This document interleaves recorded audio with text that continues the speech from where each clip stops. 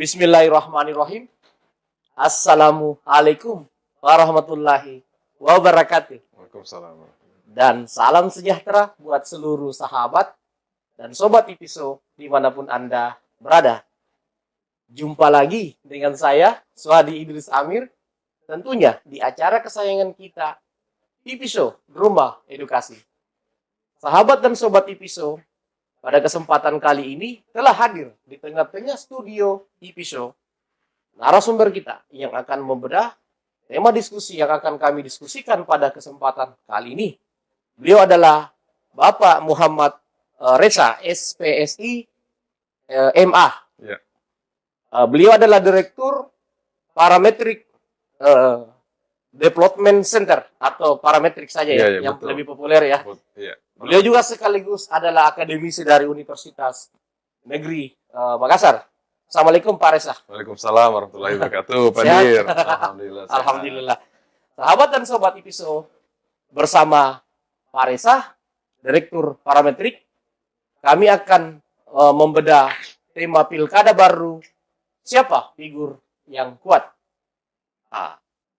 Ini sahabat dan sobat Ipiso ini akan mengupas satu persatu pilkada di Sulawesi Selatan sebagai sebuah rujukan untuk masyarakat di Sulawesi Selatan agar masyarakat Sulawesi Selatan memiliki gambaran awal tentang figur-figur yang potensial di setiap kabupaten. Dan kali ini giliran Kabupaten Baru akan kami bedah dan akan dibedah dan dianalisis oleh akademisi dari UNEM dan juga sekaligus Direktur Parametrik, Pak Muhammad Reza. Pak Reza, pilkada baru. Kita tahu bahwa tanpa petahana bupati. Ya. Tapi wakil tentu sangat berpotensi kembali maju karena sudah jalurnya memang ke sana. Ya. Catatan saya mungkin bisa ditambah sesuai dengan amatan Pak Reza. Saya tahu ini Pak Reza pernah melakukan riset di Baru, tentu punya gambaran tentang Kabupaten Baru. Ya. Dalam catatan saya Pak Reza, tentu Pak Wakil Bupati, Pak Aska Mape ya. Kemudian Ibu Asna Sam. Ya. Konon katanya juga disebut-sebut, disebut. dipersiapkan. Kemudian ada Andi Salahuddin Rum.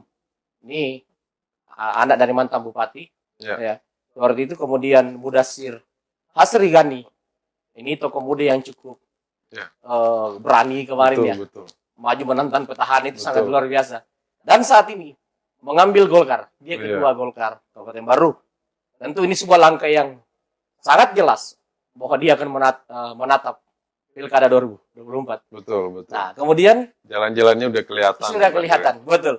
Kemudian ada nama Yandi Mirza Ryogi. Kemarin sempat sedikit terganggu dengan isu narkoba, tapi beliau mampu menepis bahwa itu tidak benar. Betul. Namun waktu tidak mendukung beliau.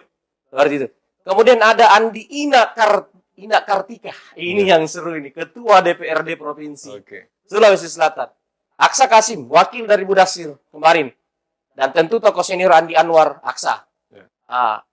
Pak Reza, kalau kita melihat dari nama-nama yang saya sebutkan, untuk gambaran awal, seperti apa kira-kira pilkada baru 2024?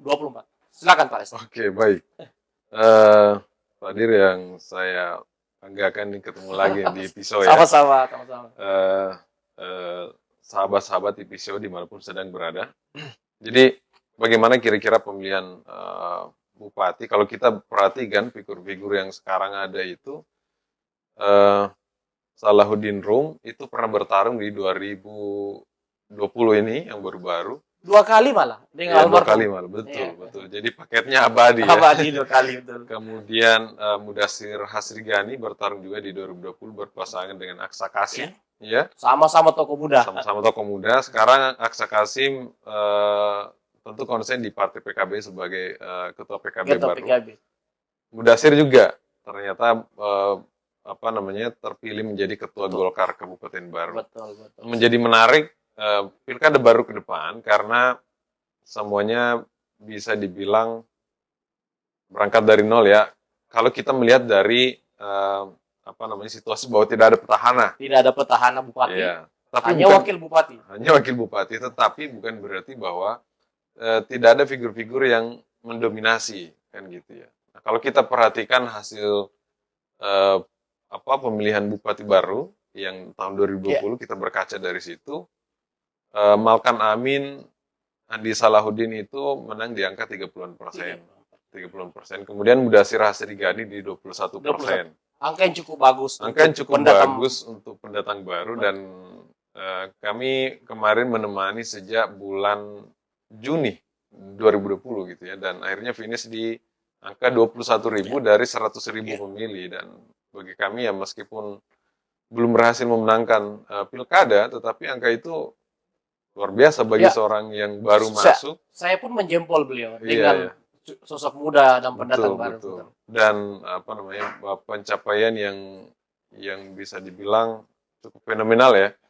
Karena betul-betul bertarung dan berada di Baru itu di bulan 6. Nah, situasinya ke depan, tentu saat ini akan yang menguasai Kabupaten Baru 3 partai. Iya. PKB, Nasdem, Ya. dan Golkar. Dan Golkar. Artinya apa? 3 partai ini masing-masing bisa mengusung calon bupati ya, bisa menjadi pengusung. Kalau kursi saat ini jadi rujukan Pak Reza. Ya, betul. Tapi kan hasil Ya, pemilu 2024. betul. Jadi Nanti rujukan. kita melihat lagi Iya. apakah nanti Rehan ini bisa dipertahankan Mereka oleh bisa 3 pertahankan, partai ya, itu ya. betul. Taruhlah misalnya akhirnya berhasil dipertahankan. Taruhlah kita pakai simulasi itu dulu. Betul. Berarti PKB punya figur yang saat ini menjadi ketua PKB. Yang kedua, salah satu figur yang ada di PKB itu adalah wakil ketua DPR baru, AFK Majid ya. Oh, siapa? AFK Majid AFK namanya. Majid ya. Itu wakil ketua DPR Kabupaten Baru dari partai PKB. PKB ya. Itu kalau kita melihat, artinya dengan tidak mengesampingkan figur-figur PKB yang lain loh ya. Tapi kalau misalnya kita melihat dari secara struktur, nah itu dia 2 nama tadi. Lalu kemudian di Nasdem tentu Istri bupati. Istri bupati. Ibu Hasna. Karena Ibu Hasna Syami itu kan dari Partai Nasdem. Ya, suaminya ketua Nasdem Kabupaten Baru. Dia anggota DPR RI. Dia anggota DPR RI. Dan dari data yang kami himpun pada saat survei di bulan Agustus, ya kita melakukan survei, itu masyarakat yang memilih Hasna Syam waktu itu karena menganggap bahwa kapan lagi kita bisa punya perwakilan orang baru yang menjadi anggota DPR RI. Dulu Malkan Amin saja. Dulu Malkan Amin. Di Golkar dulu ya. Di Golkar. Golkar. Dan kemarin kan memang bupati yang sedang memimpin kan suaminya Hasna Syam. Jadi sangat memungkinkan mobilisasi itu dilakukan. Betul. Kemudian partainya Nasdem, partai yang bisa mengusung ya dari segi jumlah kursi, maka partai itu bisa mengusung calon bupati. Nah, menjadi menarik ke depan kalau dari Nasdem mengajukan Hasna Syam, dan itu saya kira cukup realistis. Dan melihat gestur-gestur politik yang sedang ada di Baru sekarang sepertinya disiapkan seperti itu. Benar. Kelihatannya begitu. Kemudian partai PKB. Suaminya maju DPR RI, Pak Bupati. Iya. Gantian kayaknya. Betul. Apalagi secara finansial saya kira selama 2 periode suaminya cukup lah. Beliau juga DPR RI ya kan. Sekarang PKB. PKB secara struktur artinya syarat formal untuk mengajukan atau bertarung, paling tidak kalau tidak bisa menjadi calon bupati, calon wakil bupati, dengan pola yang pernah digunakan di tahun 2020 gitu ya, bahwa oke lah, barangkali bukan dia yang calon bupati, tetapi jumlah kursinya bisa, sehingga itu bisa menjadi modal untuk paket. Entah nanti apakah tetap dari ketua partai PKB, ataukah figur lain dari PKB yang dianggap mampu memenangkan pertarungan, kan gitu. Yang ketiga tentunya ini, Mudasir Hasrigani, ketua Golkar. Isu-isu yang sedang berhembus sekarang bahwa memang Golkar baru butuh penyegaran figur-figur baru. Dan dari semua nama yang saya sebutkan ini, figur milenial ya satu-satunya Mudasir Hasrigani. Paling muda ya? Paling muda. Karena di Mirsa ada, tetapi secara partai, secara politik tidak punya partai politik, sehingga Masih kader PDIP, Masih tapi bukan ketua PDIP. bukan lagi ketua PDIP. Kayaknya wakil bupati ya di sana ketua PDIP. Pak Aska, Mope. Iya betul Iya. sekali. Ketua apa namanya ketua PDIP. Dan itu juga saya pikir cukup memungkinkan ya Iya, untuk karena maju. sudah wakil bupati. Karena sudah wakil bupati. Tetapi sekarang bagi Aska Mape itu sebagai wakil bupati sekaligus ketua PDIP, ya, apakah dia diberikan apa namanya situasi yang merah. lowong untuk bergerak? Ya. Karena apa? Saya pikir nanti akan ada pertarungan juga di situ. Bupati pasti akan berpikir gini, kan istri saya ini akan bertarung ya di 2024, gitu kan. Tentu untuk hal-hal yang bisa dikondisikan, misalnya public expose, selama itu bisa dikuasai sendiri oleh bupati, sangat memungkinkan supaya tidak memberikan public expose bagi calon wakil bupati. Meskipun kita tidak tahu ke depan, apakah dia akan berpasangan juga dengan istrinya bupati sekarang jadi Hasan Hasyam atau tidak gitu ya. Potensi itu masih sangat terbuka. Potensi itu masih sangat terbuka. Sayangnya kami belum mengukur wilayah itu ya, bagaimana respon publik gitu. Nah, tetapi kalau kita lihat sekarang yang menarik bagi saya itu cara Mudasir Asrigani bergerak setelah memimpin memimpin Partai Golkar, bisa dikatakan yang paling intens merawat ruang-ruang publik yang bisa dia mainkan, ya, misalnya melalui kegiatan-kegiatan di partai, entah dia melakukan senam pagi misalnya dengan warga-warga, ya, ataupun misalnya sekedar belanja saja di pasar, dan itu saya kira gestur itu sudah dimainkan paling tidak. Nah, kalau itu konsisten dan itu dilakukan secara kontinu di beberapa titik, saya kira popularitas yang modalnya tadi 21% pada saat pemilihan bupati 2020 itu sangat berpotensi untuk digunakan di 2024 gitu kan. Apalagi sudah menjadi ketua partai Golkar. Saya kira tinggal menjaga keyakinannya bahwa ya saya lah yang akan mengendari Golkar. Yang kedua, menjaga keyakinannya bahwa Mudasir memang betul-betul ingin menjadi calon bupati, bukan calon anggota DPR baik provinsi maupun RI gitu ya. Kalau kita melakukan penerawangan lah kira-kira, saya kira figur-figur itu Pak Dir yang sangat berpotensi bertarung. Salahuddin Rum beberapa periode sebelumnya kan masuk bersama Golkar ya, tapi isunya sekarang sudah melakukan pendekatan di Partai PKB. Saya kira itu juga sangat memungkinkan terjadi deal-deal baru di situ gitu kan, sehingga Salahuddin sebagai terah dari Baurum di Kabupaten Baru itu. Ini darah biru loh. Ya, darah biru yang cukup lama juga berkuasa gitu ya. Nah, tetapi kan zaman tentu pasti bergerak. Yang perlu kita perhatikan sekarang, siapa figur yang berhasil pertama bermain di ruang publik, punya public expose yang bagus. Yang kedua adalah punya narasi yang sesuai dengan apa yang dibutuhkan oleh warga baru. Yang ketiga adalah mampu enggak dia membranding diri gitu ya, sebagai figur yang potensial untuk dipilih di 2024. Saya kira seperti itu, Pak Dir. Baik, sahabat dan sobat episode pembuka dari Pak Reza, Direktur Parametrik dan juga sekaligus akademisi dari UNEM, mulai diskusi kita. Kita kembangkan sahabat dan sobat episode. Pak Reza, bagaimana kajian Pak Reza melihat kehadiran Andi Ina? Ini kan ketua DPR di provinsi loh. Iya. Kabar yang saya dengar dari kawan-kawan media, wartawan, dia kelihatannya akan menatap pilkada baru. Iya. Pertama tentu kita membedah seperti apa ancaman bagi Mudasir dengan kehadiran dia, dan seperti apa peluang Andi Ina. Iya, baik. Andi Ina dari Golkar, Mudasir juga dari Partai Golkar gitu ya. Artinya ada pertarungan di ini loh. Pertarungan merebut Golkar. Bahwa potensi pertarungan itu ada pasti gitu. Nah, tinggal apakah bagi Mudasir dia mampu mengunci benak publik bahwa sebenarnya yang sudah terasosiasi sebagai calon bupati yang ideal adalah MHG Mudasir ini.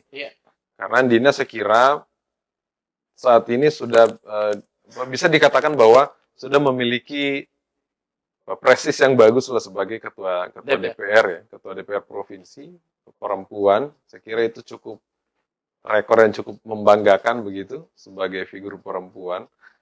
Tetapi kalau misalnya secara hitung-hitungan personalnya Ibu Andi Ina ini dia berpikir bahwa sangat memungkinkan untuk memenangkan pertarungan di Kabupaten Baru, tetap menggunakan Partai Golkar kah? Tetap menggunakan Partai Golkar kah? Atau bukan Partai Golkar? Saya kira ya kalau kita berbicara peluang itu masih terbuka gitu ya. Tetapi saya kira Andina juga pasti akan berhitung. Iya. Tentu rujukannya elektoral ya. Elektoral. Karena seandainya kemarin Mudasir itu hanya finish di angka di bawah 10% bagi saya. Itu bagi saya masih cukup rasional. Rasional lah. Andina bisa untuk masuk di situ gitu kan. Tetapi angka 21% itu katakanlah segmentasi itu semuanya adalah miliknya Mudasir. Lalu kemudian ada figur baru. Cuma memang kan Andina ini kan cukup populer juga gitu ya. Tapi pertanyaannya bahwa Mudasir sudah dikenal karena dia pernah menjadi calon bupati. Andina pun juga seperti itu. Saya kira bagi keduanya pada persoalan bahwa mesti mengunci Golkar itu pasti. Tetapi kan pertanyaannya bagi publik, gitu kan. Yang utama kan bagi publik. Sehingga kalaupun katakanlah bagi keduanya ini ngotot pengen jadi calon bupati tapi tidak didukung oleh partai, saya kira kan masih bisa bermanuver. Salah satunya ke partai PKB kembali dan sebagainya gitu ya. Tetapi dua figur ini punya peluang untuk memainkan public expose yang bagus. Mudasir dengan partai Golkarnya sebagai ketua umum partai Golkar juga sebagai figur tertinggi dari anggota DPR yang berasal dari fraksi partai Golkar. Sehingga ruang publik itu yang bisa dimainkan, masuk di ruang-ruang itu untuk kemudian berinteraksi di tingkat kecamatan sampai di tingkat kelurahan dan seterusnya. Sementara bagi Andina, popularitasnya ya di Baru di bagian arah dekat Parepare itu memang kan daerahnya di situ, daerahnya di situ dan memang hampir tidak ada daerah figur Bojo lain. Ya, daerah Bojo ya. Daerah Bojo, Malusetasi gitu ya. Kalau Mangkoso ini, Balusu ini daerahnya bupati yang sekarang. Iya, tentu menjadi basisnya si istrinya juga ke depan kan. Itu saya kira seperti itu. Nah, yang menarik ini, Tanete, saya sebut saja langsung kecamatannya Pak Direk. Memang harus begitu. Tanete Rilau, Tanete Riaja, dan Kecamatan Baru. Kan 3 kecamatan ini yang kehilangan tokoh. Termasuk kehilangan tokoh karena almarhum Alkan Amin tidak ada. Sehingga mantan bupati? Saya kira dari sana juga. Mantan bupati siapa? Andi Mirsa Riogi, orang tuanya. Oke, dia di Tanete. Tanete juga? Iya, dia satu basis dengan iya. Almarhum. Kalau almarhum ini kan di Kecamatan Baru. Dia Kecamatan Baru. Di kota gitu ya. Tapi kalau basisnya si Andi Mirsa ini di Tanete gitu ya. Nah, sehingga di sana berbeda. Yang tidak memiliki tuan sekarang di Baru itu Kecamatan Baru. Kecamatan Baru. Sehingga siapa yang memiliki kemampuan untuk hadir sebagai simbol representasi Kecamatan Baru? Bisakah ke Salahuddin Rum karena 2 periode loh dia bersama almarhum. Bahwa 2 periode iya, tetapi kedekatan emosional iya, tetapi sepertinya akses dan relasi itu saat ini tidak intens terbangun gitu. Nah, ini yang menarik. Berarti pergerakan Salahuddin Rum ini tergolong lambat ya dalam memelihara basis-basis ya mereka garap 2 periode. Bisa dikatakan seperti itu karena sepertinya mengharapkan figur Malkan Amin untuk bertarung di situ bahwa dia punya basis dari orang tuanya iya. Sama aja dengan Mirsa Riogi gitu kan. Tapi kalau misalnya putra almarhum kan ada 2 putranya. Tapi sejauh ini tidak pernah muncul di panggung politik di Kabupaten Baru sehingga saya kira agak sulit juga. Saya dengar masuk P3 loh putranya itu yang tertua. putra dari Pak Pak Malkan Malcolm. ini. Iya, Siapa? tetapi Saya sebenarnya sering ketemu sih, ya, cuma ya, saya agak lupa namanya. ketua P3 baru itu kan sekarang Andi Wawo namanya. Wow, ya. Andi Wawo dan eh, punya, kalau saya tidak salah, satu kursi di DPR Kabupaten Baru. Dan saya kira ya masih perlu kerja keras lah. Saya tidak menutup peluangnya, tetapi kalau kita hitung realistis saja lah ya, kalau PR3 misalnya ataupun PDI ya, itu kan mesti kerja keras untuk memenuhi syarat untuk mencalonkan. Pak gitu. Aska ini basisnya di mana sebenarnya Pak Reza? Dia basisnya di Tanete Rilau. Tanete juga. Iya, dari Pangkep. Kalau Borum? Borum itu di Tanete Riaja. Tanete Riaja. Ya, Tanete Riaja. Pokoknya, tapi Tanete ini kan selalu sebenarnya selalu membawa Tanete. Entah dia Tanete Rilau atau Tanete Riaja, tetapi pada dasarnya rumpun-rumpun bangsawan kebanyakan dari Baru itu berasal dari sini. Bahkan Kecamatan Pujananting juga dulu bagian dari yang menuju ini Camba itu apa? Kecamatan apa? Tanete, ya menuju Bulu Dua barangkali. Bulu Dua, ya. Sorry. Itu Tanete Riaja. Ah, di situlah basis Malcolm itu, kalau tidak salah ingat saya. Iya. Almarhum. Tetapi basis utamanya namanya di Desa Sumpang. Sumpang Binangai, karena dia tumbuh besar di situ, di Sumpang, ya. Dan sumbangsinya waktu hidup memang kebanyakan di situ gitu. Yang menarik, tentu kan menjadi rebutan nih suaranya Malkan Amin. Waktu kami survei, saya survei di bulan 8 itu, angkanya memang 25%. Iya. Lalu setelah Malkan Amin tidak ada, tentu kan basis ini jadi rebutan. Jadi rebutan. Ya. Nah, sekarang kalau kita berbicara kepartaian, Mudasir yang sangat memungkinkan untuk mengambil alih di situ. Meskipun Andina juga Golkar, tetapi ini kan kita berbicara skopnya. Mudasir basisnya di mana, Pak? Basisnya di Tanete Riaja. Oh, sama Pak Malkan. Di Tanete Rilau. Tanete Rilau. Dan berusaha mengambil Kecamatan Baru saat ini karena itu tadi Malkan Amin sudah tidak ada, sehingga yang menarik Kecamatan Baru ini tidak punya tuan politik gitu, sehingga menjadi basis rebutan. Bahwa masing-masing sudah punya basis sendiri, basis kekuatan, modal awal, yaitu iya. Tetapi kan tentu setelah basis lawan ada juga basis rebutan. Kecamatan Baru ini saat ini menjadi basis rebutan, sehingga dari semua figur yang ada yang memiliki power saat ini dan mampu memiliki public expose. Kalau dia punya kemampuan untuk meracik Kecamatan Baru ini, saya kira dialah nanti yang sangat berpotensi untuk menjadi pemilik modal elektoral yang bagus sebelum memulai pertarungan di 2024. Gitu.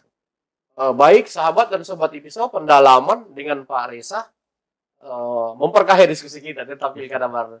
Pak Reza, hadirnya sekeng lain dalam pertarungan ini memungkinkan kan? Misalnya contoh P3 ini ya ada keluarga Jaras loh di sana. Iya. Anggota DPR RI. Okay. Ada istrinya, ada putranya. Yeah. Namun kapasitas wakil lah. Kalau kita melihat potensi keluarga Jaras ini muncul sebagai newcomer lah misalnya kan. Yeah. Seperti apa kita melihat, dan adakah potensi juga kan dilirik ketika muncul? Oke. Kalau kita menyebutnya Jaras itu kan dia DPR RI ya. Dan saat ini dia juga kan sudah tergabung dalam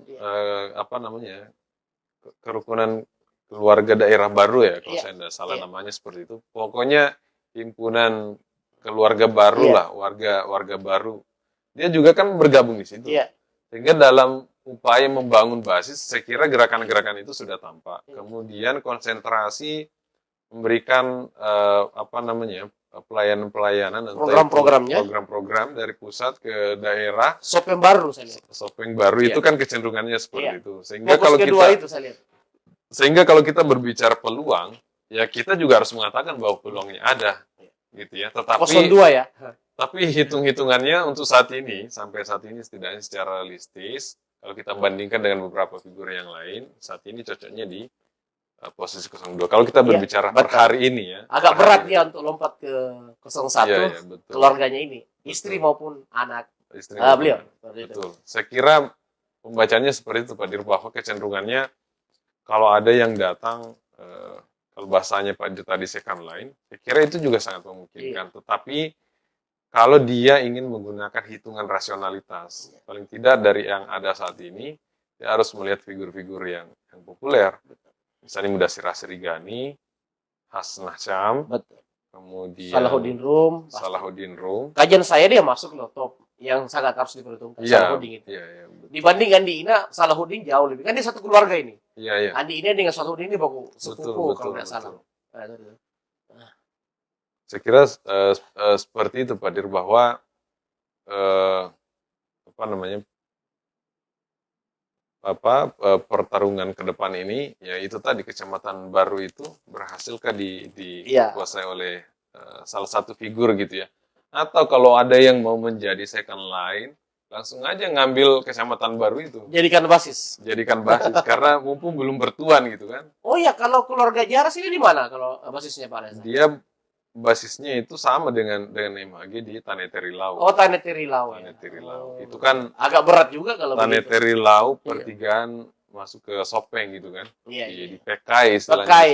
PKI. Berarti sama dengan Pak Anwar Raksa ya? Iya, sama. Satu sama, basis ya, sama, Pak Anwar. sama, sama, Pak Anwar sama. dulu yang paling kuat loh di situ waktu saya Betul, survei betul. di sana Pak Reza, di daerah Betul. itu. Betul. Tapi kemarin dia tidak muncul, Ya. suara-suara itu kelihatannya ke Mudasir.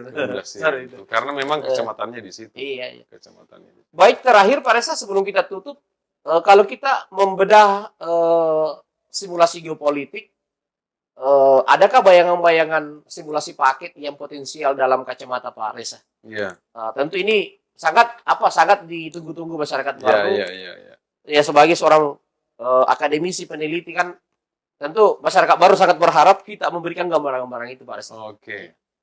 Meskipun pada akhirnya mereka juga lah yang akan menentukan, gitu ya. Tapi meskipun yang keduanya ini, Iya. meskipun juga apa namanya, kalau di sepak bola itu gundar, Iya. saya kira di politik juga Dinamis. seperti itu, sangat dinamis Betul. gitu ya. Nah kalau kita lihat, umumnya pertarungan yang ada di Baru itu soal Baru Utara, Baru Selatan. Baru Selatan itu selalu. Jadi, Itu selalu menjadi hitung-hitungan ya, Geopolitik ya. dalam memainkan variabel geopolitik. Iya. Baru yang dekat Pangkep atau baru yang dekat Parepare. Iya. Karena kalau paket ini bisa ketemu Dengan gitu ya, baru kota. dengan Ini baru tiga kota. ya. Ini tiga Benar. geopolitik ya. Kalau ketiga ini ketemu ya pasti menjadi sebuah paket yang sangat menarik gitu ya. Iya. Nah sekarang kalau misalnya kita melihat paduan gitu, bagi saya justru kalau misalnya Mudasir sebagai ketua Golkar menjadi calon bupati, saya pikir dari gerakannya sepertinya dia menyiapkan untuk itu, pendukung-pendukungnya juga seperti itu. Sangat menarik jika dia berhasil menemukan Figur dari Tanete. figur Tanete kan basisnya Basisnya berarti dari utara. dari utara yang dekat di Parepare. Menuju Parepare. Iya, jadi kalau dia bisa menemukan figur yang berasal dari daerah itu, saya kira itu menarik. Entah itu Andina kan nanti yang akan ditemani berpasangan, entah siapa yang jadi bupati dan siapa calon wakil bupati. Kalau Salahuddin cocok nggak dengan dia? Kalau ya sebenarnya sih kalau cocok-cocoknya kan ada dua variabel. Iya. Kita melihat cocoknya ke secara psikologis Iya, atau cocoknya secara geopolitik. Iya. Kalau secara geopolitik saya kira Kurang cocok. bisa justru Bisa karena justru ya. rumah kediamannya Salahuddin Rum ini kan ada di Kecamatan Baru ya, di jalan menuju rumah sakit daerah Iya, di Kabupaten Baru itu dia justru berada di situ, tapi kekuatan emosionalnya gitu ya, apakah dia mampu menguasai Kecamatan Baru atau tidak. Nah itu saya kira itu juga tidak terlepas dari gaya personal seorang figur gitu, mampukah dia menyatu atau mendapatkan kepercayaan oleh masyarakat di kecamatannya kan gitu ya. Karena masyarakat juga karena sudah memiliki naluri politik selalu menginginkan bahwa siapa orang dari daerah kami. Iya. Ya kan? Betul. Bukan hanya kabupaten aja yang kayak gitu kalau di pemilihan gubernur, tapi di pemilihan bupati ya tingkatnya dari kecamatan. kecamatannya. Dari Gitu. kecamatannya. Ada ndak orang kami Iya, gitu ya. betul. Pola-polanya kan masih seperti Masih itu. seperti Kalau Mudasir bisa menemukan figur yang berasal dari baru bagian utara ini, saya kira justru menarik. Entah siapa nanti yang berasal dari sana. Begitupun Ibu Sam ya, Ibu Asna Sam ya. Begitupun Hasan Asyam. Karena dia dari utara kan. Karena dia dari utara. Kalau dia bisa menemukan paket yang berasal dari Tanete, itu saya kira akan menarik. Berarti dia relatif lebih enak karena di figur dari Tanet yang kuat ini kan banyak. Dari gambarannya tadi kan gitu. Iya. Ada Salahuddin Rum, Oke. ada keluarga dari Haji Aras, ada Iya. keluarga dari almarhum, Wakil bupati sekarang juga. wakil bupati sekarang. Sama Gitu. Cuma begini Pak Dir, Iya. banyak tokoh dari situ, semuanya berasal dari Tanete. Tetapi yang menarik justru, meskipun banyak dari Tanete, tapi pemilihnya juga banyak. Iya. Sehingga meskipun cuma satu atau dua figur misalnya dari utara, itu bisa jadi berimbang. Iya. Dua yang dari utara dan tiga dari selatan, ini situasinya masih bisa berimbang. Karena basis geopolitik suara lebih kuat di utara ya. Lebih di selatan yang dekat daerah Pangkep ini. Oh, di selatan yang Iya. kuat. Iya. Karena yang iya. pemilih terbanyak itu kan di Kecamatan Baru, Kecamatan Baru. lalu kemudian Tanete Rilau, Iya. baru Tanete Riaja. Tanet aja. Oh. Tiga kecamatan ini pemilik suara terbanyak. Nah, yang jadi pertanyaan sekarang, siapa yang bisa menjadi tuan di Kecamatan Baru ini? Nah, untuk menjadi tuan di situ ya tentu harus menjalin kedekatan-kedekatan ya. Entah kedekatan sifatnya kekerabatan, ataukah kekerabatan Pendekatan yang program. Iya, kedekatan yang sifatnya program, Iya. ataukah misalnya kedekatan yang sifatnya simbolik. Nah, itu saya kira tergantung kemampuan figur untuk memainkan variabel-variabel tersebut. Dan istilahnya begini, selatan dan utara di Kabupaten Baru ini masing-masing sudah punya pemilik. Yang menjadi rebutan ini di tengah. Ibaratnya orang dari pinggir ini kan bertarung di Iya. tengah nih. Siapa Betul. yang menjadi pemilik Zona penentu ya. zona penentu ya Kecamatan Baru itu. Selama tiba di pemilihan di 2024 nanti, saya kira siapa yang menjadi penguasa di Kecamatan Baru itu adalah Pemenang. hampir bisa bagi saya hampir bisa dikatakan seperti itu. Ibaratnya kalau sudah menguasai Kecamatan Baru ini, ya, ibaratnya dia sudah punya wakil sebelum punya wakil Iya. secara formal bagi saya. Kakinya seperti sudah ada potong ya. Iya, iya, betul. Saya kira seperti itu, Pak. Baik. Figur-figur Betul, potensial betul. dan potensi geopolitik di Kabupaten Baru, sahabat dan sobat IPISO. Ya. Tentu ke depan kita akan terus memberikan informasi tentang Pilkada Baru kepada masyarakat Baru dan terkhusus masyarakat Sulawesi Selatan yang tentu ingin mengetahui situasi di Pilkada Baru, sahabat dan sobat IPISO. Terima kasih Pak Reza. Siap. Sampai Sama-sama. ketemu pada diskusi berikutnya, Pak Reza. Insyaallah. Siap. Dan juga kepada sahabat-sahabat dan sobat IPISO, sampai ketemu pada diskusi berikutnya. Assalamualaikum warahmatullahi wabarakatuh.